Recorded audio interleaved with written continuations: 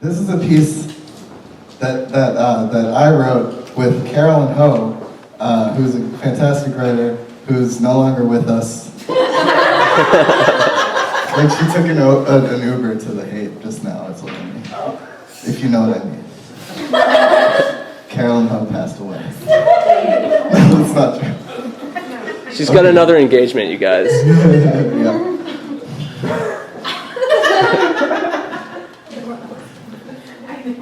Once upon a time in a land far, far away, the outer Richmond, Carolyn Ho and Nate Waggoner sat contemplating a very rapidly approaching deadline.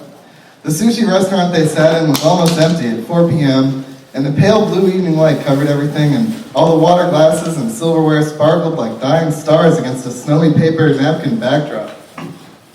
Nate stuffed tempura into his face, the first non-coffee thing he'd ingested all day, and Carolyn, who had already finished her rainbow roll, took a fried lima bean from Nate's plate at his insistence. They were, after all, two starving writers, two babes in the woods, hungry, lost, really good looking. God damn it, what was it? Said Nate, his mouth now full of shrimp again. It was such a fucking good idea, Carolyn replied.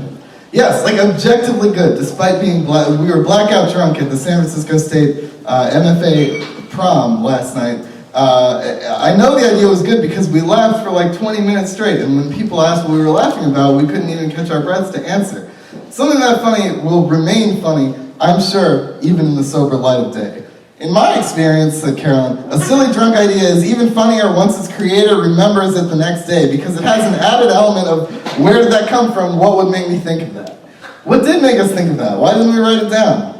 Do you remember? Asked Carolyn. Our phones were dead and we went around bothering everybody for a long time to see if they had a paper and a pen, and then you got so mad that a group of writers didn't have pens that you threw a pizza on the ground. A whole pizza? Who does that?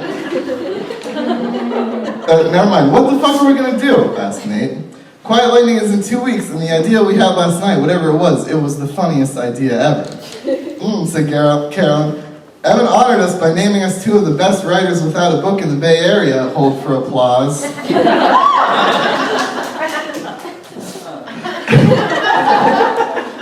And now we're going to take all the clout he's given us within the literary community and ruin it. We deserve to be lost, tempted into a delicious exhibit filled with candied-hued oil paintings recontextualizing the modern experience. We are essentially fully realized fairy tales and each of us are living contemporary adult versions of our bedtime stories, always the heroes and victims of our own magical lives. Is that too much? Did I overstep the illusion?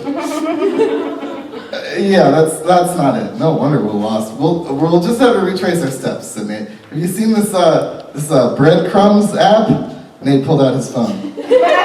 No, what is that? It helps you retrace your steps. Don't phones already have that built in? Couldn't you just put that in Google Maps? It synchronizes the two. You don't know what synchronizes means. Well, anyway, this app is called Breadcrumbs. In the story of Hansel and Gretel, is it not the case that Hans, in the hope of finding his way back home, drops breadcrumbs all over the woods, but then birds eat the breadcrumbs and doom the two children to a cannibalistic witch situation? And isn't the app therefore misnamed? Carolyn, I'll tell you, I'm not well versed in the classics like you might think. Look, if you check the app here, it says, oh shit. What? Well, remember how the MFA soiree ended at 7:30? Sure. It seems that after the several drinks, many laughs, and pizza throwing that we just discussed, we then went all over town to every literary reading in the city and wreaked havoc. We went to 851, and you pushed somebody off a little dirt mound. We chewed up the scenery at Quiet Lightning. We ordered a round of waters for everyone at Writers with Drinks and passed out AA pamphlets.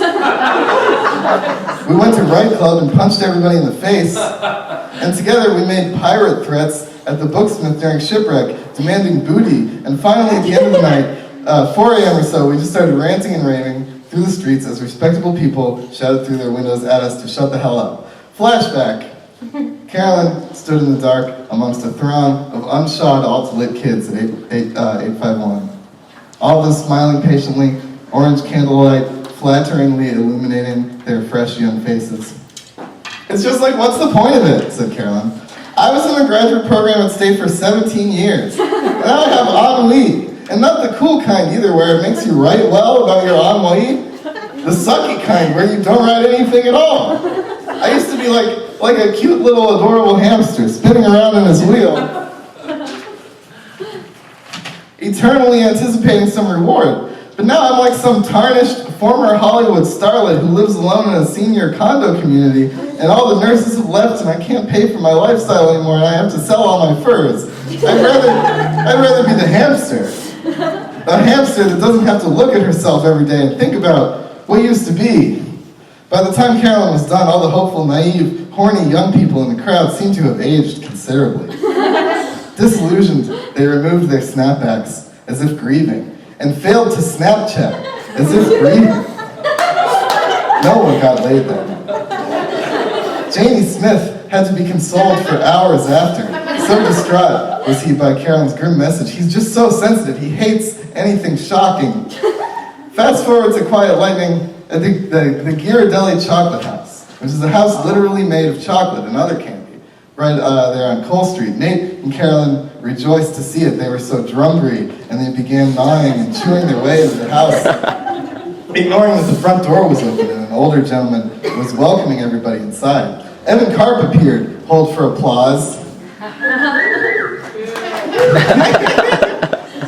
and greeted both Carolyn and Nate warmly, even though they were violently attacking an important San Francisco monument in which he was hosting an event, like they were fat termites. He hugged them and said, How's it going, guys?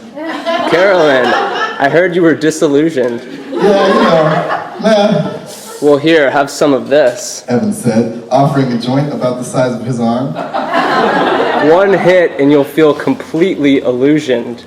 Not only will all doubts about the literary world, your lives, and the future be assuaged, but you'll be eternally one with the community, and the inspiration will never stop.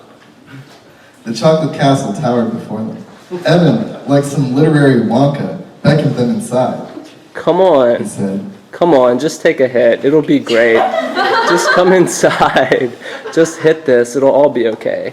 Terrified, Carolyn and Nate ran off into the night. They ran as fast as their little feet could take them into the darkness, through Golden Gate's parks, woods, and homeless camps, and back to their respective flats, where they cried. Back at the sushi place. There was a sushi place. Carolyn said. She admitted, "We really should have smoked that pacifying weed." "Yeah," Nate said. "I think that's where things really went wrong." "Fuck it," Carolyn said. "We'll just write something meta."